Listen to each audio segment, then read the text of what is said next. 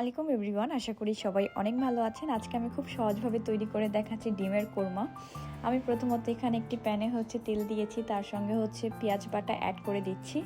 আমি পরিমাণ মতো আদা রসুন বাটা অ্যাড করেছি, জিরা গুঁড়ো অ্যাড করেছি, ধনিয়ার গুঁড়ো অ্যাড করে একটু ভালোভাবে নেড়েচেড়ে নিচ্ছি।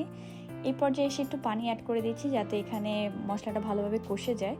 পরবর্তীতে আমি তেজপাতা, দারচিনি, এলাচ অ্যাড করে দিয়েছি এবং ডিমগুলোকে আমি একটু উপর দিয়ে হালকা করে কেটে নিয়েছিলাম। দেন আমি ডিমটাকে এখানে অ্যাড করে দিচ্ছি, পরিমাণ মতো লবণ ব্যবহার করছি। এই মশলাগুলো যখন আপনারা তৈরি করবেন পরিমাণ মতো ব্যবহার করবেন। এখানে পরবর্তীতে আমি একটু নেড়েচেড়ে কাঁচামরিচ অ্যাড করে দিচ্ছি। এখন এই পর্যায়ে এসে আমি গুঁড়া দুধের সঙ্গে পানি মিশিয়ে দুধটা এখানে অ্যাড করে দিলাম। একটু ভালোভাবে নেড়েচেড়ে যখন বলক চলে আসবে, এখানে এসে আমি ঘি অ্যাড করে দিচ্ছি। এটা ফ্লেভার টেস্টের জন্য এবং অ্যাড করলে খুবই মজাদার হয়ে থাকে। এই পর্যায়ে এসে আমি এখানে একটু পেঁয়াজ কুচিগুলোকে ভালোভাবে বেরেস্তা করে নিচ্ছি, তেলে ভেজে নিচ্ছি এবং নামানোর আগ দিয়ে আমি বেরেস্তাটা অ্যাড করে দিচ্ছি।